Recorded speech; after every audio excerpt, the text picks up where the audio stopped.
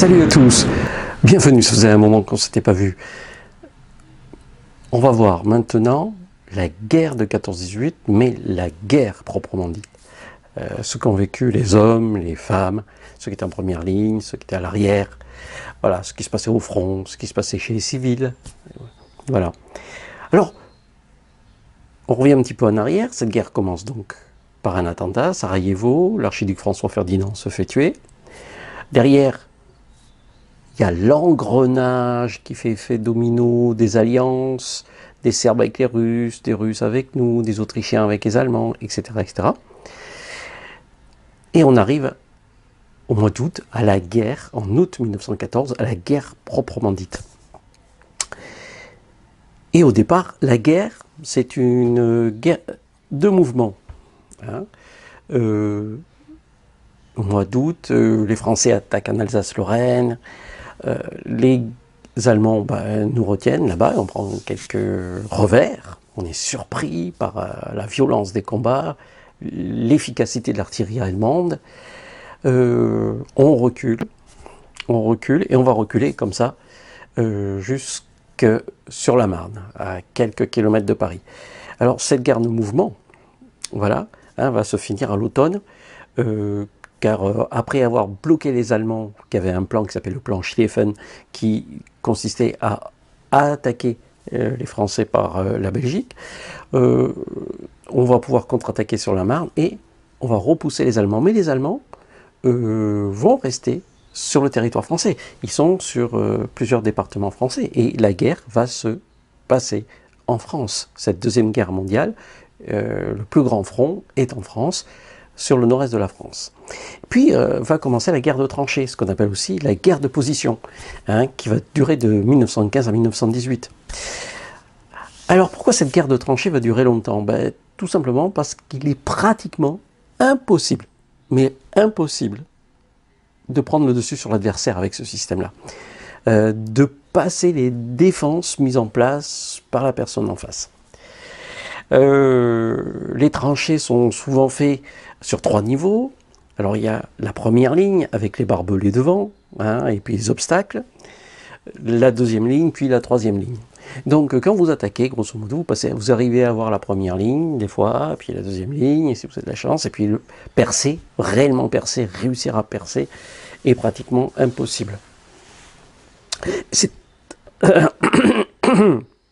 Et on ne peut pas profiter de la percer réellement, parce que, en plus, à l'époque, pour percer, on utilise encore la cavalerie, on n'a pas encore, les chars ne sont pas encore tout à fait arrivés, et les cavaliers et les chevaux courir dans un terrain qui a été bombardé avec des trous partout, de la boue, c'est pas possible. Pour eux, c'est pas possible. Voilà. D'accord? Et cette guerre de tranchées va pratiquement durer jusqu'à l'armistice, c'est-à-dire jusqu'au 11 novembre 1918. Alors, il y a plusieurs grandes batailles pendant ces guerres de tranchées. La première grande bataille, évidemment, qu'on connaît tous plus ou moins 1916, c'est Verdun. Verdun, les Allemands décident qu'il faut percer, il faut gagner cette guerre. Il y a un blocus autour de l'Allemagne, donc les Allemands ont besoin que cette guerre se termine rapidement. Et ils décident de foncer dans une direction. Cette direction, c'est Verdun. Voilà. Alors, il y a un côté aussi Verdun, le traité de Verdun, les fils de Charlemagne, qui se partagent l'Empire. Hein. Il y a un côté symbolique sur Verdun, en tant qu'historien. Et puis, on pense que Verdun peut ouvrir la voie vers des zones industrialisées françaises. Et donc, une fois que c'est percé, les Français pourraient pratiquement pas empêcher les Allemands d'aller jusqu'à Paris. C'est toujours c'est un peu comme le jeu d'échecs. Hein. Vous prenez la capitale, vous avez gagné. C'est un petit peu ça.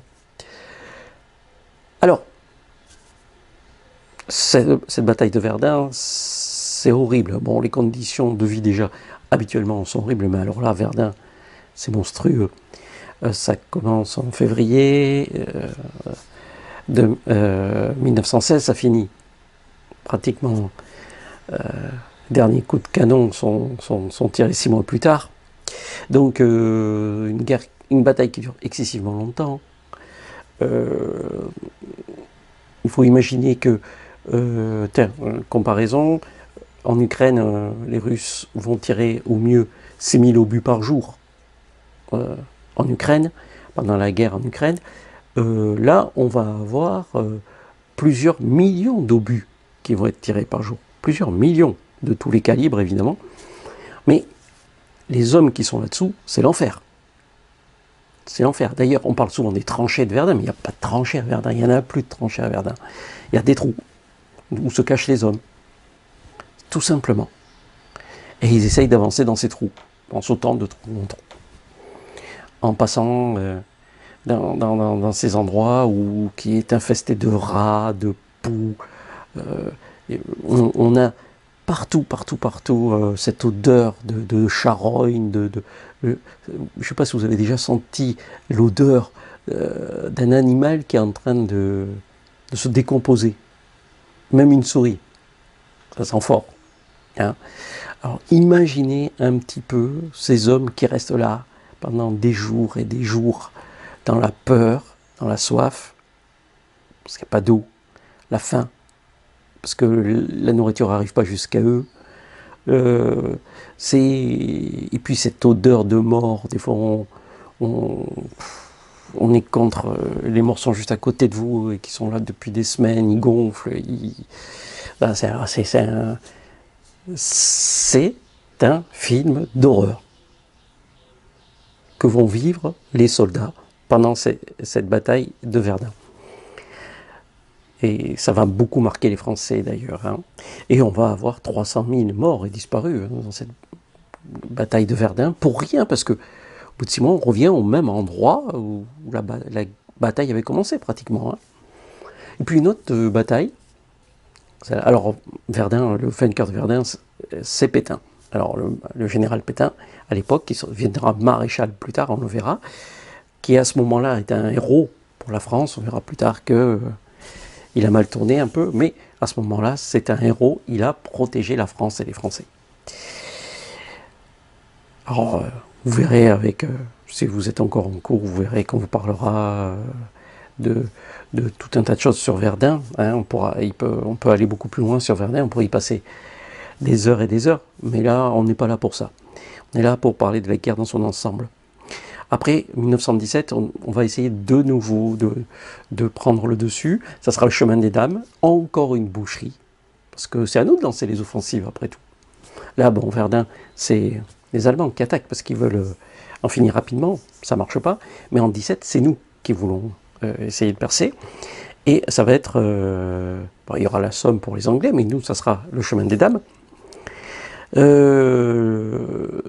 Le chemin des dames aussi, notre boucherie, hein, Mangin qui commande, dit qu'on va prendre le dessus en quelques jours, et en fin de compte, des semaines plus tard, c'est toujours pas terminé, mais ça fait rien, ils continuent à envoyer des hommes, ça ne servira à rien, c'est simplement un Verdun bis, des centaines de milliers de morts, pour rien, mais strictement pour rien, pour pas un mètre gagné. Voilà. Tout simplement parce que au bout d'un moment, ils pensent que c'est une question d'honneur, il faut passer. Sauf que les hommes, ils n'en peuvent plus, ils sont fatigués, ils commencent à comprendre que ces assauts inutiles, on sort des tranchées, on court pour essayer de choper la tranchée d'en face dans un no man's land où vous n'avez pratiquement rien pour vous protéger, c'est de la bêtise. Et on va avoir à ce moment-là, la grève, d'accord, une grève, entre guillemets, hein, une grève des soldats. La grève des soldats, ça s'appelle tout simplement une mutinerie. Et ils décident entre eux, on n'attaque plus, mais on n'attaque plus, on ne veut plus attaquer, mais on est prêt à défendre. S'ils attaquent, on défend. Mais on a marre d'attaquer comme ça. C'est une boucherie, ça ne sert à rien. Hein. Les généraux français ou les officiers français au gradé prennent trop les hommes de troupe pour des cons au bout d'un moment. Et il y a une sorte de ras-le-bol. Voilà. En fin de compte, les mutins, quand vous êtes un mutin, hein, donc vous faites la grève de la guerre, entre guillemets, ben on vous envoie au peloton d'exécution. C'est quoi un peloton d'exécution? Ben, c'est tout simplement d'autres soldats qui vont vous fusiller. Voilà. D'accord? Et avant, vous passez au tourniquet. Le tourniquet, ben, c'est tout simplement la justice militaire. Et la justice militaire est, si vous voulez, pour reprendre Clémenceau disait que la justice militaire était la justice, ce que la fanfare était la musique classique. Voilà. Donc, une approche. Vous voyez. Donc, on est souvent condamné d'avance. Voilà, donc... Mais bon, il va y avoir une centaine de gars qui se sont révoltés, qui vont être tués, simplement. Tous les autres vont être punis, déplacés, envoyés en prison. Ça va être compliqué à gérer pour les Français qui n'ont pas l'habitude. Mais bon, c'est un cas extrême. Et tout ça pour vous dire qu'il fallait être très résistant à l'époque. Hein. Je pense que les mecs, ils étaient beaucoup plus durs que les gars d'aujourd'hui et beaucoup plus costauds. Aussi bien du côté allemand que français, qu'anglais ou italien. Hein. Ah, les Italiens sont passés avec nous à partir de 1915 et ces Italiens, pendant la guerre, vont se battre, eux, du côté des Alpes, hein, contre les Autrichiens surtout. Voilà. Alors les conditions sont difficiles, mais c'est différent. Les Alpes, c'est le froid, la neige... Quand un obus pète dans la boue, ben, vous avez des éclats. Mais quand vous avez un obus pète en montagne, ça fait péter aussi de la roche et ça fait des éclats supplémentaires. Donc ça fait plus de dégâts. Vous voyez, des choses comme ça, hein, chacun a ses difficultés. Et puis aller faire une tranchée dans du rocher, c'est plus compliqué. Hein. Voilà. Alors, vous voyez cette ambiance compliquée, ce qui va faire que beaucoup d'hommes, quand ils vont rentrer, ben, ils vont être en morceaux. Hein. Soit ils ont été blessés dans leur chair, mais aussi blessés dans leur âme aussi. Beaucoup reviennent alcooliques parce que le pinard, ça ne manque pas. Hein. Avec les fameuses chansons de Poilu, le pinard, c'est de la vinasse, ça fait du bien par où que ça passe. Vous voyez, des trucs comme ça. Il fallait bien qu'ils se défoulent, les gars. Voilà. Donc, particulier. Beaucoup vont venir toucher et puis faire des cauchemars pendant des années, etc. D'ailleurs, les hommes qui font vraiment la guerre sont généralement très touchés et font des cauchemars derrière, souvent vivent un traumatisme. Voilà. On l'a vu dans même les guerres modernes. Voilà.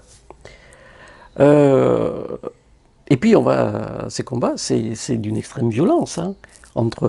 J'ai parlé beaucoup des canons, mais il y a les lance-flammes, il y a les mitrailleuses, il y a les avions, il y a des tanks qui vont finir par arriver. D'abord, les premiers sont anglais, et puis après, c'est pour ça qu'on les appelle tanks, parce qu'on cachait le mot.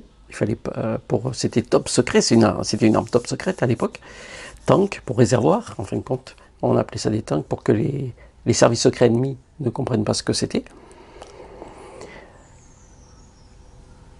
Et la première fois qu'ils voient arriver des tanks, évidemment, ils sont surpris, les Allemands. C'est comme nous, la première fois qu'on a vu arriver les gaz.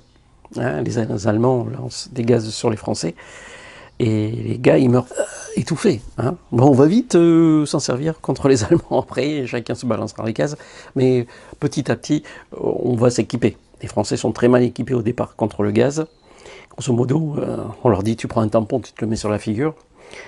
Si tu pisses dessus, c'est encore mieux. Si tu as le temps et l'envie, voilà. Mais le masque à gaz, quand même, va finir par arriver et ça va sauver beaucoup de vies. Voilà, donc beaucoup de dégâts. Non. Mais...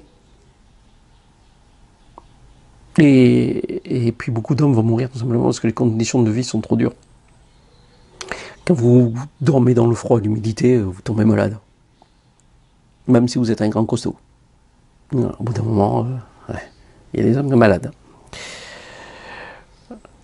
L'été, c'est pas mieux non plus. Enfin, c'est le royaume des poux, des rats, des morts. Voilà, c'est ça la guerre. tout simplement. C'est pas gai, quoi. C'est pas beau, la guerre. C'est mieux quand tout le monde il est beau, il est gentil. Ouais, d'accord. On dirait Miss France qui est en train de faire son speech, mais voilà, c'est ça. Mais c'est vrai, c'est con, mais c'est vrai. Voilà. En plus, on va envoyer des hommes se battre du côté de la Grèce, hein, pour prendre les Allemands par le sud, pour les prendre à revers, pour multiplier les fronts. Surtout qu'en 1917, on va avoir un gros problème. Les Russes vont arrêter la guerre. C'est la révolution en Russie. Une première révolution bourgeoise, on va dire, socialiste, qui va permettre de continuer la guerre. Mais cette guerre qui va devenir très dure pour les Russes ne peut pas continuer. Les gens se révoltent de nouveau. Deuxième révolution, révolution d'octobre, qui voit arriver au pouvoir deux individus, Lénine et Trotsky, qui vont renverser le système russe, éliminer tout ce qui peut être éliminé, et ils vont mettre en place le système communiste en Russie, qui va durer plus de 70 ans, puisqu'il va durer jusque en 1900. Voilà, il y a deux positions pour les historiens, hein, 1989-1991, hein, mais ça on verra plus tard. Donc il faut imaginer un petit peu le fait que les Français sont très embêtés par l'arrêt des Russes. Pourquoi? Les Allemands sont très contents, parce que Trotsky et Lénine vont demander la paix avec les Allemands. Les Allemands signent la paix, ils sont très contents, et ils peuvent envoyer toute leur armée, en 1918, se tourner vers la France. Et ça les arrange. D'accord? Parce que en Allemagne, cette guerre devient trop dure à supporter pour les civils. Les civils, on leur demande plus d'argent pour faire la guerre, ça s'appelle les impôts. On leur demande de verser leur or gratuitement. Vous savez, c'est des emprunts d'État, on appelle ça. Hein. Donnez votre or, on va faire la guerre, et puis on vous remboursera plus tard. On demande aux femmes de remplacer les hommes, de travailler dans les usines. Les conditions de travail sont très dures. Beaucoup de munitionnettes vont mourir d'ailleurs. Hein. Il y a des explosions dans des entreprises de munitions. Donc, tout ça va faire que c'est une autre société qui se met en route. D'accord? Un monde nouveau. Et ce monde nouveau, eh ben, il va durer très longtemps. Ce monde nouveau où les femmes prennent leur vie en main. Ce monde nouveau où un pays va se reconstruire. C'est la Russie qu'on appelle dorénavant l'URSS, l'Union des républiques socialistes soviétiques, commandée par Lénine. Et puis ce monde nouveau où on va avoir un basculement des puissances. C'est-à-dire que avant les grandes puissances, elles étaient européennes, et là on va avoir une grande puissance qui va arriver en 1917 pour faire la guerre aussi, et qui aura la chance de ne pas connaître de guerre sur son territoire pendant très longtemps. Donc ça lui permet d'être toujours en progrès, en développement. C'est les États-Unis d'Amérique. Les États-Unis d'Amérique rentrent en guerre en 1917 aux côtés des Français et des Anglais. Alors, c'est bien qu'ils soient arrivés, hein, ça nous a rendu service. On ne peut pas dire que ça soit un basculement dans la guerre, hein. L'arrivée des soldats américains, c'est très sympa, c'est tout neuf. Les Français adorent ces soldats américains parce qu'ils sont jeunes, ils sont beaux, ils sont gaillards. Qu'est-ce qu'ils ont de plus? Ils ont une façon d'être aussi qui est beaucoup plus simple que leurs congénères européens.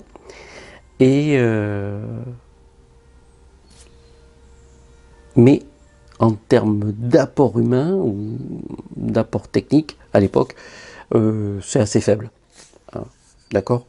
Centaines de milliers d'hommes, mal entraînés souvent, mal équipés, il va falloir les équiper. Donc, franchement, on n'est pas encore sur la grande armée d'aujourd'hui. On est sur une armée qui est sur le point de vraiment se développer. Voilà. Un pays, mais un pays riche, parce qu'il n'y a pas la guerre chez lui. Et donc, il n'y a pas de dégâts. Ou il n'y a pas de problème, en réalité. D'accord? Voilà, donc l'arrivée... Alors, 1917 est une année importante. La Russie n'existe plus, ça s'appelle l'URSS. Le tsar va être tué, ainsi que toute sa famille. Donc, toutes ces histoires avec les princesses russes qui sont restées vivantes, etc., tout ça, c'est des bobards.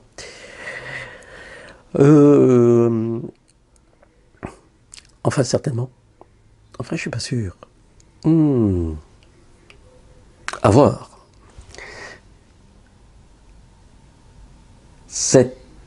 Donc la naissance de l'URSS, l'Union des républiques socialistes soviétiques à la place de la Russie, et leur fameux drapeau rouge.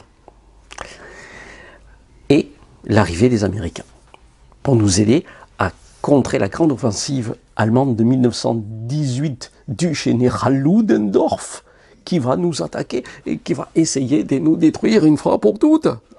Hein? Voilà, c'est l'idée, la grande idée de Ludendorff, c'est de faire une grande attaque sur la France, maintenant qu'il a tous ses hommes en 1918, et d'arriver sur Paris, de prendre Paris, et de négocier une nouvelle fin de la guerre. Parce qu'il sait très bien qu'il va la perdre, cette guerre. Là, il veut être en force pour la négocier.